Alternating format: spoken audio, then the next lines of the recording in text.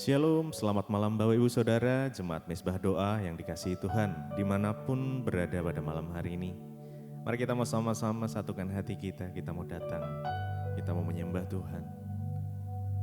Kita sudah melewati dari pagi sampai malam, pada malam hari ini kita mau sama-sama menikmati hadirat-Nya kembali. Mari kita siapkan hati kita sama-sama berdoa. Tuhan Yesus, yang bersyukur buat malam hari ini ya Tuhan.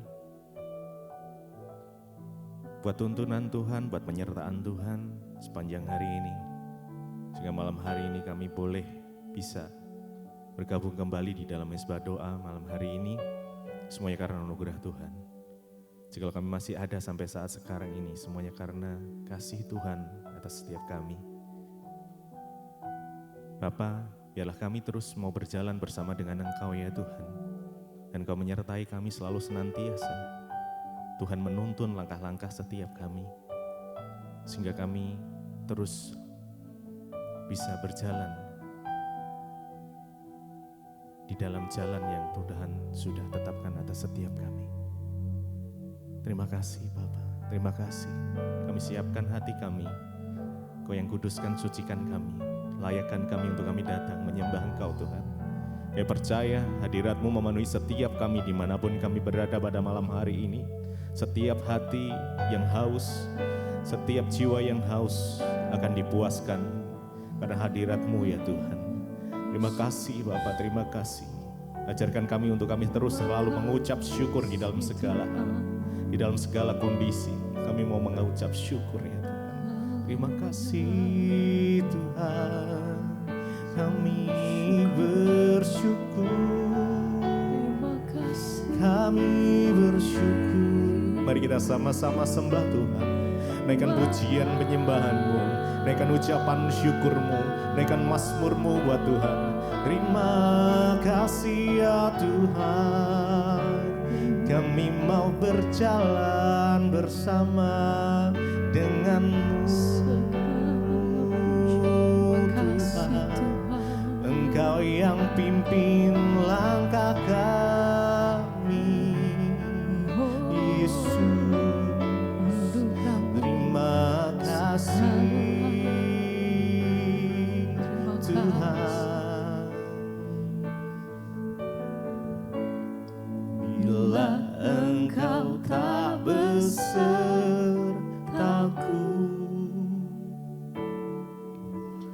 ku tak mau berjalan.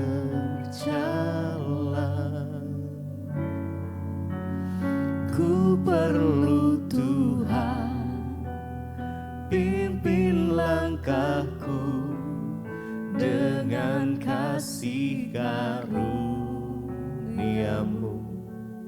Pimpin langkah kami ya Tuhan. Pimpin langkahku setiap waktu.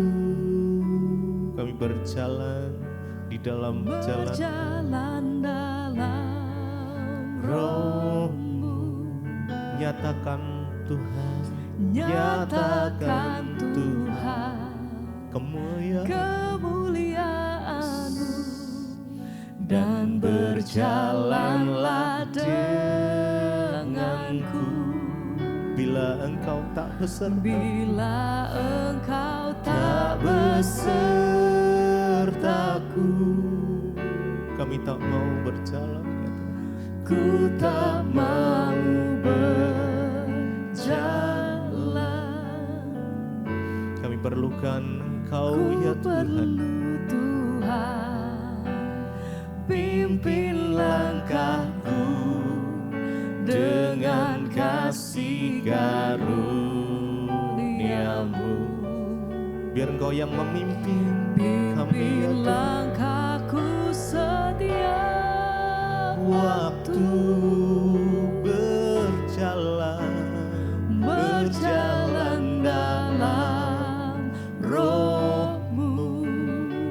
Nyatakan kemuliaan-Mu, nyatakan Tuhan kemuliaan-Mu, dan berjalanlah denganku. Mari lebih lagi. Bila Engkau tak besertaku, langkahku, ku tak mau berjalan, ku tak mau berjalan. Kami perlu Engkau ya Tuhan.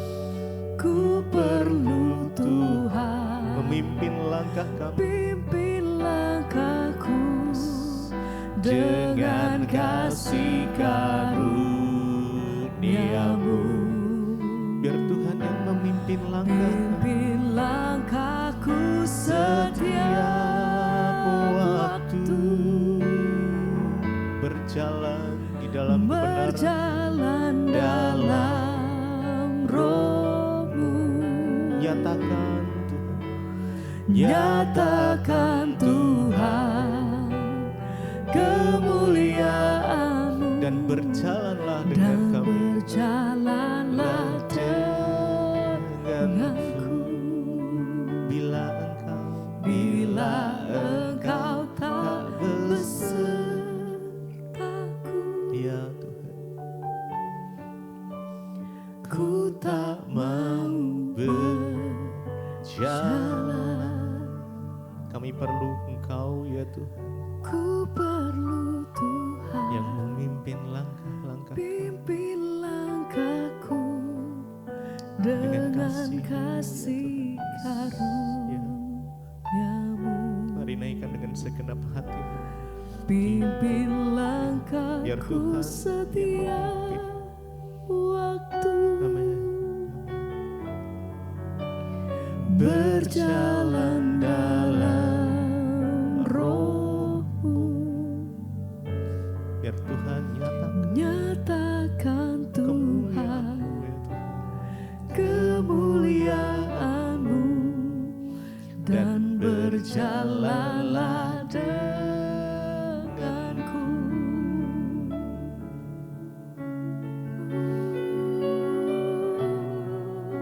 Jesus.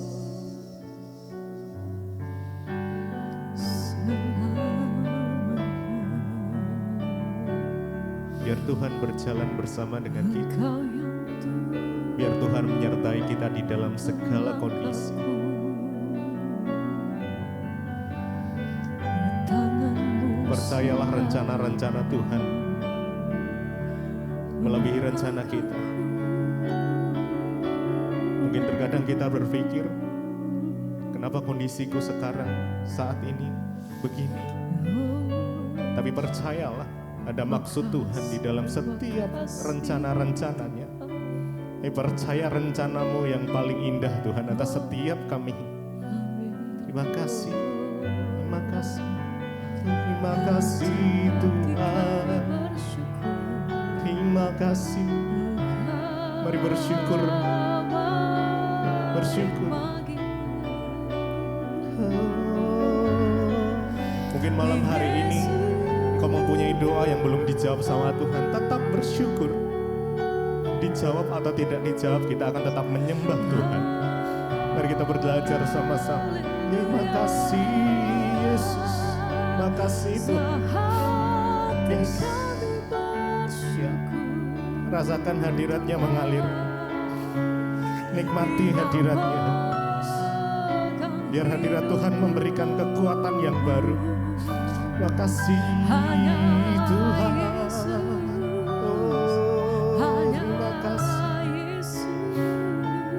Terima kasih Tuhan. Terima kasih. Bila Engkau tak besertaku,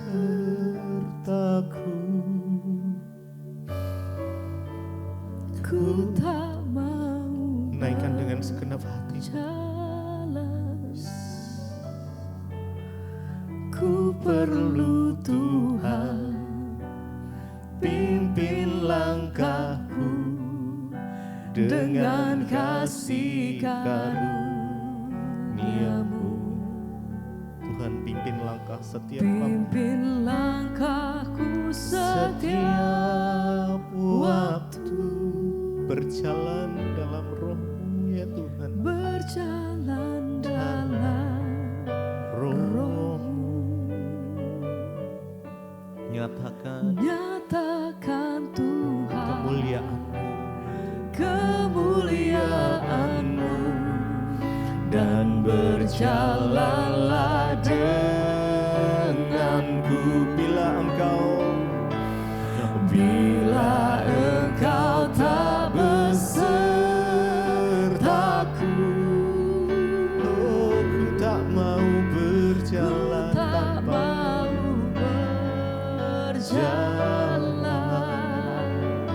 Kami perlu engkau. Ku perlu Tuhan. Pimpin langkah kami, langkahku dengan kasih karuniamu.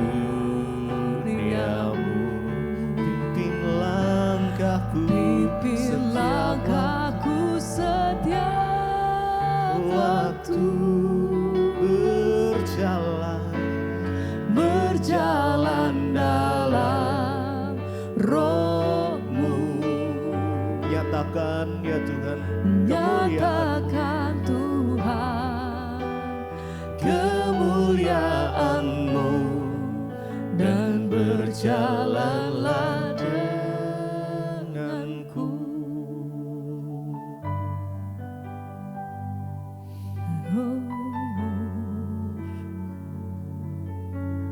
Bagian yang terbaik di dalam kehidupan kami adalah memilih Engkau sebagai juru selamat Tuhan, Bapa kami, Raja kami, sahabat kami. Karena Engkaulah harta yang paling berharga yang kami punya ya Tuhan. Makasih Yesus. Memilih-Mu bagian yang terbaik selamanya tak akan terganti. Harta yang paling berharga hanya Engkau Yesus selamanya. Mari naikkan dengan iman-Mu. Memilih-Mu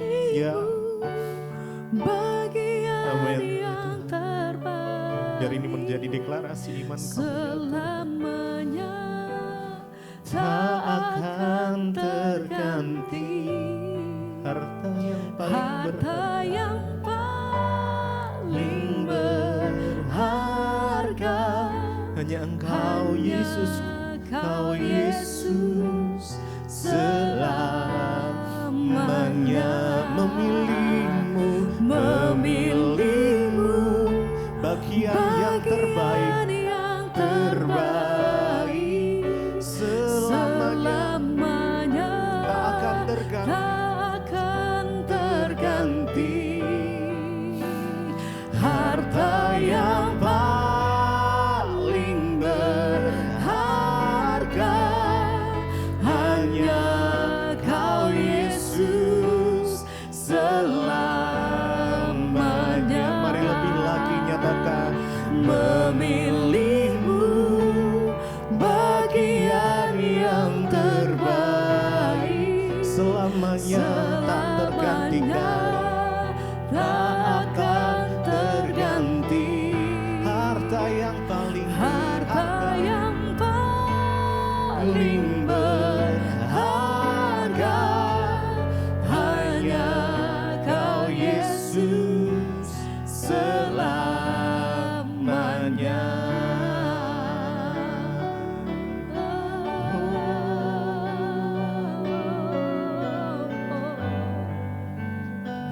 Makasih Tuhan, Kau yang paling berharga yang kami miliki. Hanya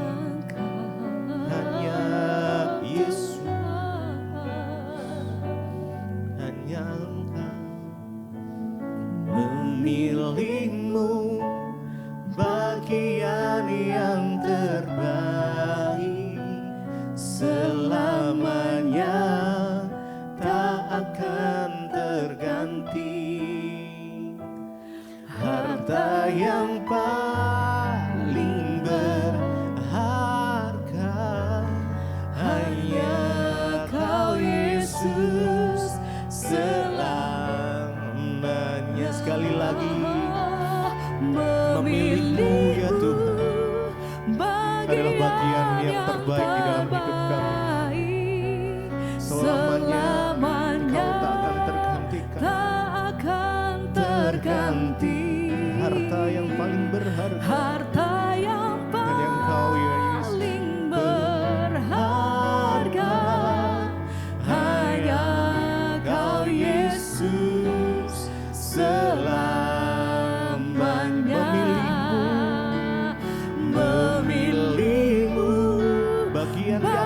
pelayan yang terbaik selamanya.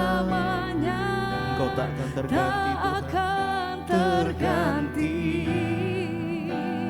Harta yang paling berharga hanya Kau Yesus selamanya.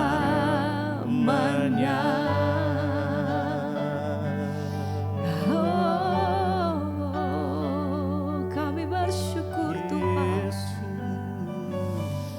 Haleluya.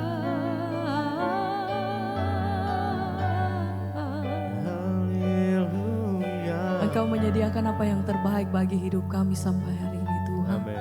Sebab kami tahu bahwa rancangan-Mu senantiasa adalah rancangan yang damai sejahtera bagi setiap hidup kami Tuhan. Kami percaya penuh dengan segenap hati kami karena kami melihat bagaimana tangan-Mu bekerja atas hidup kami sampai hari ini Tuhan. Kami beroleh begitu banyak kebaikan dan kemurahan Tuhan. Terima kasih, terima kasih. Apapun yang terjadi, satu hal yang kami tahu Tuhan, bahwa apa yang tidak pernah dilihat oleh mata, tidak pernah didengar oleh telinga, tidak pernah timbul di dalam hati. Engkau menyediakan apa yang terbaik bagi setiap umat-Mu Tuhan. Yesus mendengar lebih dari yang kudoakan. Yesus menjawab lebih dari yang kuharapkan. Dengan caramu, Dengan caranya, amin. di waktu yang tepat, Kami percaya Tuhan, ku kan melihat Kau sediakan Dia yang terbaik bagi jadikan kami. semua. Mari bersama katakan, Yesus mendengar lebih dari yang kudoakan. Engkau menjawab pada Yesus waktu yang menjawab lebih dari yang kuharapkan. dengan caramu Dengan Tuhan, caranya, di waktu yang tepat kami kan melihat Dia jadikan semua. Amin. Yesus, mari naikkan pujian ini dengan segenap hatimu, dengan iman nyatakan satu hal yang kami tahu, satu hal yang kami pegang teguh Tuhan. Engkau tidak pernah meninggalkan setiap anak-anak-Mu. Apapun perkara kami percaya bahwa senantiasa Engkau pegang setiap kehidupan kami. Dengan waktu-Mu Tuhan, Engkau menyediakan apa yang terbaik bagi setiap kami. Terima kasih Tuhan. Haleluya. Dia jadikan semua. Mari dengan sungguh nyatakan, oh Yesus mendengar lebih dari yang kudoakan.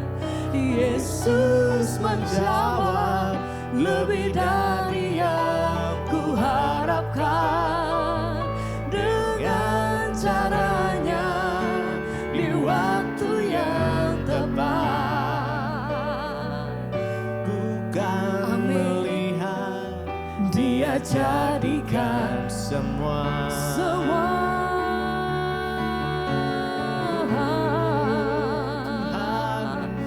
Sebab kami percaya bahwa tidak ada rancangan-Mu yang gagal atas hidup kami Tuhan.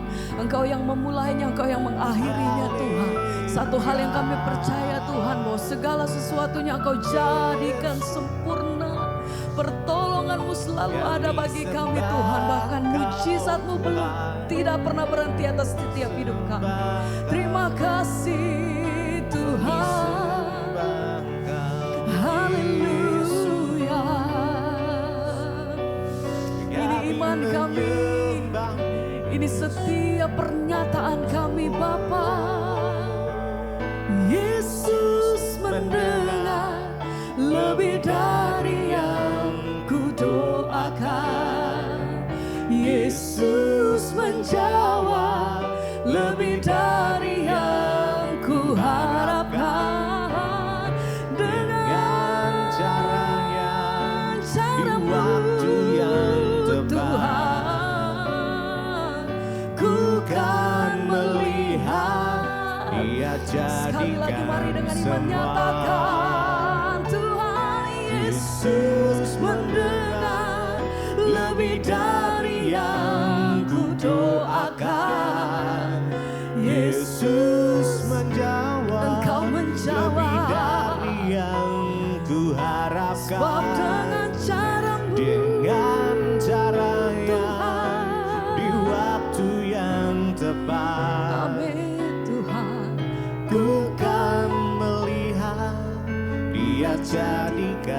semua. Jadikan semua. Tuhan menjawab. Terima kasih Bapa, kami mengucap syukur buat hari ini. Terima kasih kami boleh berjumpa di Mesbah Doa. Semua karena anugerah Tuhan. Bapa, biarlah rahmat-Mu, berkat-Mu, anugerah-Mu melimpah atas hidup kami. Kami rindu untuk mendengarkan firman Tuhan, untuk lebih lagi mengerti rencana dan kehendak Tuhan di hidup kami. Urapi setiap kami, urapi hamba-Mu yang tidak ada apa-apanya. Di dalam nama Tuhan Yesus, kami berucap syukur, kami sambut kebenaran firman Tuhan. Haleluya, amin, amin, amin. Iya, shalom Bapak Ibu yang terkasih, selamat malam, masih dari Sydney, Australia. Saya mengucapkan ya shalom, biarlah kita semua tetap rindu, setia untuk mencari Tuhan, terutama di hari-hari terakhir ini, waktu-waktu yang mendekat, biar kita mau semakin dekat dengan Tuhan, mengerti rencananya, dan melakukan firman Tuhan.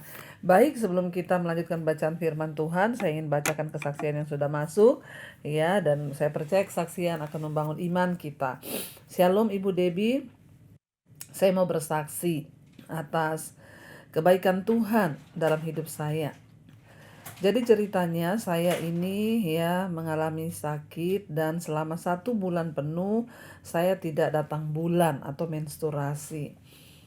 Terakhir saya menstruasi itu ya bulan lalu dan saya juga padahal sudah steril ya.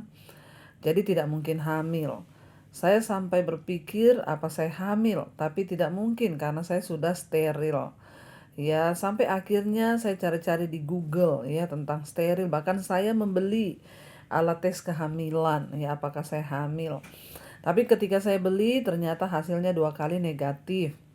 Di situlah kekhawatiran mulai datang ya, pikiran macam-macam, aduh jangan-jangan ada kista, jangan-jangan ada ini ya. Memang ya seringkali kekhawatiran itu justru ya menambah beban, bahkan yang tidak sakit bisa jadi sakit karena khawatir. Namun saya bersyukur ya, ketika saya sedang memasak saya sambil mendengarkan Mesbah Syukur. Waktu saya dengar Mesbah Syukur saya menangis ya, saya menyembah Tuhan. Bahkan sambil saya berdoa, saya berkata, Tuhan, tolong saya. Jikalau di perut saya ini ada penyakit, saya minta Bapa tolong sembuhkan aku. Dan selesai mendengar Mesbah Syukur, ada bisikan di telinga saya, ya coba kamu minum air lemon. Nah setelah saya minum air lemon itu, puji Tuhan, ya akhirnya menstruasi saya keluar lagi. Saya senang Bu ya, dan sekarang saya sedang belajar setia kepada Tuhan dengan membaca firman Tuhan, dan saya juga berjanji kepada Tuhan ya saya akan bersaksi di Mesbah Doa kalau menstruasi saya kembali. Terima kasih Bu atas firman Tuhan yang Ibu sampaikan. Ya doa saya biarlah Ibu sekeluarga lebih semangat lagi dalam melayani Tuhan, dan Tuhan senantiasa memberkati. Puji Tuhan ya, luar biasa. Ya, saya percaya Tuhan itu turut bekerja dalam segala sesuatu. Ya, bukan kebetulan Ibu mendengar ya, mungkin ya itu cara Tuhan ya berbicara minum air lemon. Ya, dan ketika minum air lemon akhirnya menstruasinya turun lagi. Ya, itulah Tuhan kita ya, sanggup melakukan segala perkara, bahkan mungkin hal-hal yang rasanya tidak masuk akal, tidak mungkin, tapi Tuhan sanggup melakukannya. Terima kasih Bu kesaksiannya ya, memberkati kita semua ya, dan biarlah lewat kesaksian ini kita semua tentunya semakin setia mencari Tuhan ya, semakin sungguh-sungguh lebih lagi dan lebih lagi. Iya, baik Bapak Ibu, kita sudah selesai kemarin dengan kitab Rut ya. Rut hanya ada 4 pasal, dan pasal terakhir berceritakan tentang akhirnya Boas menikahi Rut dan mereka hidup berbahagia. Bahkan lewat garis keturunan mereka akhirnya dia melahirkan Obed, dan Obed adalah ayahnya Isai. Isai itu adalah ayahnya Daud, dan kita tahu keturunan sang juru selamat Mesias Yesus Kristus lahir dari keturunan Daud bin Isai. Jadi kita tahu bersama di sini bagaimana akhir cerita dari kisah Rut, orang yang setia, tulus hati, yang punya kemurnian hati, pada akhirnya dia akan mengalami dan menggenapi rencana Tuhan di dalam kehidupannya. Ya, biarlah kita semua juga mau terus setia, dan biar rencana Tuhan juga digenapi lewat kehidupan kita. Baik, hari ini kita memasuki kitab Samuel ya. Sekarang kita masuki 1 Samuel pasal yang pertama. Ya, di sana judulnya adalah kelahiran dan masa kanak-kanak Samuel. Ya, lahirnya Samuel. 1 Samuel pasal yang pertama. Ada seorang laki-laki dari Refaim, ya, dari Ramataim Sofim, dari pegunungan Efraim, ya, dikatakan di sana. Ya, namanya adalah Elkana bin Yeroham bin Elihu bin Tohu bin Suf, seorang Efraim. Orang ini mempunyai 2 istri, yang seorang bernama Hana dan yang lain bernama Penina. Penina mempunyai anak tetapi Hana tidak. Orang itu dari tahun ke tahun pergi meninggalkan kotanya untuk sujud menyembah dan mempersembahkan korban kepada Tuhan semesta alam di Silo. Di sana yang menjadi imam, ya, adalah yang menjadi imam Tuhan ialah kedua anak Eli, Hofni dan Pinehas. Bapak Ibu, ya, kita melihat hari ini, ya, bahwa dikisahkan tentang kelahirannya Samuel. Jadi kitab 1 Samuel ini dimulai pada zaman ketika hakim-hakim masih memerintah di Israel. Ya, kemungkinan selama tahun-tahun akhir kehidupan, ya, Simson.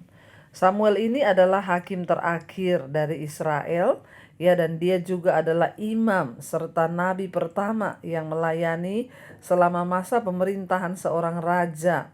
Dia adalah contoh terbaik tentang bagaimana seharusnya hakim yang baik yang memerintah, ya, di atas bangsa Israel berdasarkan firman Allah dan bukan berdasarkan dorongan-dorongan hatinya sendiri. Jadi Samuel adalah orang yang mengurapi Saul sebagai raja pertama di Israel. Jadi, ya, kisah dari 1 Samuel ini diawali ketika masih masa hakim-hakim. Ya, kita juga melihat kemarin kisah Rut itu ketika masa hakim-hakim terjadi kelaparan. Ya, dan akhirnya kita beralih ke kitab Samuel, ya. Jadi ketika 1 Samuel ini ditulis, ya, itu sedang, ya, masanya hakim-hakim pada waktu itu di Israel, dan, ya, Samuel ini menjadi hakim yang terakhir, ya, di Israel, ya. Jadi setelah kehidupan Simson, ya, masih ada, ya, kisahnya Samuel. Dia adalah hakim yang terakhir Israel dan juga dia adalah imam, nabi yang pertama, ya, dan melayani selama masa pemerintahan seorang raja. Ya, dia adalah contoh terbaik tentang bagaimana seharusnya, ya, seorang raja itu, ya, melayani bukan dengan pertimbangan hati nurani tetapi mengikuti Tuhan.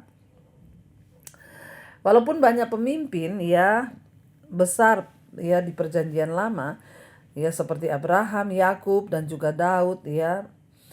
Namun, ya, kita melihat di sini, ya, ini bukanlah, iya, walaupun banyak pemimpin besar, ya, di perjanjian lama seperti Abraham, Yakub dan Daud, mereka mempunyai istri lebih dari 1.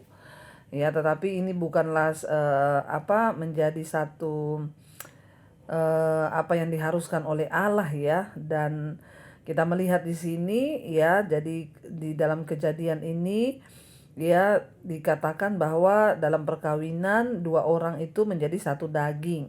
Lalu kenapa ada poligami di kitab perjanjian lama? Itu banyak kalau kita lihat, ya, di antara umat Allah bahkan para pemimpin. Ya, pertama, ya, hal ini dilakukan mungkin untuk menghasilkan lebih banyak keturunan dan untuk membantu pekerjaan sang ayah dan untuk memastikan kelanjutan silsilah keluarga seorang laki-laki. Ya, banyak anak adalah simbol dari status atau juga kekayaan. Ya, yang kedua, di dalam masyarakat yang laki-lakinya itu, ya, mungkin banyak terbunuh akibat perang, ya, dalam peperangan. Jadi poligami, ya, menjadi cara yang bisa diterima untuk mendukung. Jadi tidak menikah dan mungkin sekali, ya, kemiskinan menjadi alasannya sehingga poligami, ya, menimbulkan juga berbagai masalah serius di dalam keluarga seperti yang kita lihat dalam cerita tentang Hana dan Penina ini. Namun, ya, memang seperti itu, Ya, di masa perjanjian lama kita melihat banyak pemimpin-pemimpin yang memiliki istri lebih dari satu. Ya, apakah memang seperti itu yang Tuhan anjurkan? Tidak juga, tetapi ya mungkin alasan-alasan tadi bisa menyebabkan mereka itu punya istri lebih dari satu. Ya salah satu alasan terbanyak yaitu untuk memperbanyak keturunan, karena pada zaman dulu itu orangnya masih sedikit ya. Dan kita melihat di sini dikisahkan ada seorang pria itu bernama ya Elkana. Dia memiliki dua istri, yaitu Hana dan Penina. Ya, yang satu itu punya anak, yaitu Penina, tetapi Hana istri tuanya ini tidak punya anak. Dan setiap tahun dia itu pergi meninggalkan kampung halamannya untuk datang beribadah di Silo. Ya, dan di situ adalah tempatnya Imam Eli, di mana Hofni dan Pinehas, anak Imam Eli, menjadi imam di sana. Ya, dan saudara yang pernah ikut ke Israel beberapa waktu yang lalu, kita mendatangi tempat ini di Silo ya, yang dulu ya. Dan di sini ya dikatakan di sana bahwa akhirnya ya mereka datang untuk berdoa di sana ini. Elkana mengajak dua istrinya Hana dan Penina. Ya, dan di sana itu ada anak-anaknya Imam Eli, yaitu Hofni dan Pinehas. Jadi kemah suci terletak di Silo. Itu adalah sebuah pusat agama bangsa Israel. 3 kali dalam 1 tahun semua laki-laki Israel diwajibkan untuk mengikuti perayaan agama yang diadakan di kemah suci. Paskah dengan hari raya roti tak beragi, hari raya 7 minggu, dan hari raya pondok daun. Jadi Elkana secara rutin dia melakukan perjalanan ziarah ini untuk memenuhi perintah-perintah Allah itu. Ya, untuk peraturan mengenai perjalanan ziarah itu pun dia taati. Dan kita melihat di sana ya Elkana ini seorang yang sebenarnya ya menghormati Tuhan. Buktinya dia datang ya setiap tahun tuh 3 kali untuk datang ke Silo ya sebagai pusat dari tempat berdoa atau tempat ibadah orang Israel. Ayat 4, pada hari Elkana mempersembahkan korban, diberikannya lah kepada Penina istrinya dan kepada semua anak-anaknya laki-laki dan perempuan masing-masing sebagian. Meskipun ia mengasihi Hana, ia memberikan kepada Hana itu hanya 1 bagian sebab Tuhan telah menutup kandungannya. Tetapi madunya, yaitu Penina, selalu menyakiti hatinya supaya ia gusar karena Tuhan telah menutup kandungannya. Demikianlah terjadi dari tahun ke tahun. Setiap kali Hana pergi ke rumah Tuhan, Penina selalu menyakiti hati Hana sehingga ia menangis dan tidak mau makan. Lalu Elkana suaminya berkata kepadanya, Hana, mengapa engkau menangis dan mengapa engkau tidak mau makan? Mengapa hatimu sedih? Bukankah aku lebih berharga daripada 10 anak laki-laki? Ya, kita melihat di sini ya akhirnya ya dikatakan di sana Hana ini adalah seorang istri yang mandul, padahal dia itu istri pertama. Ya, dan madunya Penina, istri keduanya Elkana, ini selalu menyakiti hatinya. Jadi coba kita bayangkan, dia sudah tidak punya anak, bahkan dikatakan di sana Tuhan telah menutup kandungannya. Jadi siapa yang menutup? Tuhan, karena Tuhan yang berkuasa memberikan anak atau tidak. Dikatakan di sana ya, jadi Hana ini bersedih hati. Ya, sudah gitu suaminya kawin lagi, istrinya ini sangat-sangat jahat, menyakiti hati dari Hana ini terus ya, mengejek-ngejek Hana bahwa kamu tidak bisa punya anak. Jadi Hana itu hatinya sedih, dia menangis. Ya, Hana seorang yang mandul, dan pada zaman perjanjian lama seorang wanita yang tidak memiliki anak itu ya benar-benar adalah aib, karena zaman dulu itu semua orang pengen punya anak, apalagi manusianya masih sedikit ya. Dan itu dianggap sebagai orang yang gagal, ya dianggap sampah, benar-benar dianggap sebagai orang yang ya pokoknya ya orang ini adalah orang yang terhina kalau dia sampai mandul. Ya, dan dikatakan kemandulan Hana ini merupakan aib ya. Aib sosial bagi suaminya. Anak-anak adalah bagian yang sangat penting dalam struktur ekonomi masyarakat dan juga dalam keluarga pada zaman itu. Ya, orang memiliki anak itu sebuah kebanggaan. Makanya mereka itu sampai beristri lagi, karena mungkin ya itu salah satu penyebabnya, karena Hana nggak bisa beri keturunan kepada Elkana. Sementara ya orang harus berkembang biak, harus memiliki anak dan keturunan supaya untuk meneruskan generasi. Mereka adalah sumber tenaga kerja bagi keluarga mereka pada akhirnya nanti, yaitu anak-anak. Ya tugas mereka lah untuk mengurus orang tua, meneruskan pekerjaan, mengelola tanah ya. Kalau seorang istri tidak bisa melahirkan anak ya, maka ada Timur Tengah, yaitu sering mengharuskan sang istri itu untuk memberikan salah satu budak perempuannya kepada suaminya agar budak itu bisa melahirkan anak-anak baginya. Walaupun Elkana bisa saja mungkin meninggalkan Hana ya, dan seorang suami memang diizinkan untuk menceraikan istri yang mandul. Tapi dia tetap setia kepada Hana tanpa menghiraukan kritikan dari masyarakat, bahkan hak-haknya tetap dia jamin ya. Jadi kita melihat di sini Hana itu ditutup kandungannya oleh Tuhan. Istrinya madunya ya itu menghina dia terus. Ya, namun bagian dari rencana Allah untuk Hana yang meliputi penundaan tahun-tahun Hana untuk melahirkan anak. Walaupun Penina dan Elkana melihat keadaan lahiriah Hana, namun Allah meneruskan rencananya. Pikirkanlah bahwa orang-orang di dekat Anda yang sedang bergumul dengan waktu Allah untuk dapat menjawab doa-doa mereka yang membutuhkan kasih dan pertolongan. Ya, dengan demikian ya kita melihat bahwa ya Tuhan itu punya waktu dan ya seringkali itu tidak terpahami oleh manusia. Ya mungkin ada di antara saudara yang berkata, saya sudah berdoa lama tapi kenapa saya belum mengalami ya janji-janji Tuhan, saya belum melihat itu. Ya kita melihat di sini ya secara kasat mata Hana ini kandungannya telah ditutup dan dia tidak bisa punya anak, sehingga Penina terus mengejek dia. Tapi kita lihat Tuhan itu punya rencana yang luar biasa ya atas kehidupan ya daripada Hana ini. Dan bagian dari rencana Allah itu tidak pernah gagal. Dikatakan di sana ya sehingga ya tiap hari madunya ini membuat malu Hana ya, dan suaminya juga berkata kepada dia, kenapa engkau tidak mau makan? Hana mengetahui bahwa suaminya itu memang mengasihi dia, tapi dorongan semangat untuk dia memberikan suaminya itu anak sekalipun ya dia mandul itu tetap ada dalam hati Hana, sehingga ya suaminya mencoba menghibur dia. Namun dia tidak bisa tahan mendengarkan ejekan dari istri mudanya yaitu Penina, dan itu mengikis kepercayaan dirinya sehingga dia menangis bahkan tidak mau makan. Ya walaupun ya seringkali rasanya tidak adil.